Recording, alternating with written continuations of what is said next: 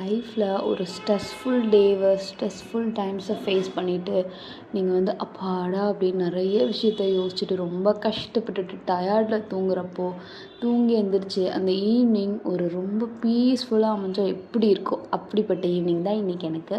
ரொம்ப டயர்டாக இருந்தேன், ரொம்ப ஸ்ட்ரெஸ்ஸாக இருந்தேன். தூங்கிட்டு ஆக்சுவலி டீயெல்லாம் வச்சுட்டு வெளில போய் பார்க்கும்போது அந்த செடிகள், அதுக்கப்புறம் அந்த பேர்ட்ஸோட ஹம்மிங் சவுண்டு, அதுக்கப்புறம் அந்த கோவிலோட டெவோஷனல் அண்ட் ஸ்பிரிச்சுவல் சவுண்ட்ஸ் எல்லாமே கேட்கும்போது எவ்வளோ பீஸ்ஃபுல்லாக இருந்துச்சு தெரியுமா? இந்த மாதிரி ஈவினிங்ஸ் நான் பெருசாக ஃபேஸ் பண்ணது கிடையாது. நீங்கள் யாராவது இந்த மாதிரி ஃபேஸ் பண்ணியிருக்கீங்களா? அண்ட் உங்களுக்கு ஸ்ட்ரெஸ்ஃபுல்லான டைமில் எந்த மாதிரி ஒரு பீஸ்ஃபுல்லான விஷயங்கள்லாம் நடந்திருக்கு அப்படின்னு சொல்லிட்டு மறக்காமல் கமெண்ட் பண்ணுங்கள். That too and weekend. So ஒரு நல்ல டீயோட ரொம்ப இந்த ஈவினிங் வந்து ரொம்ப காமாக போச்சு எனக்கு.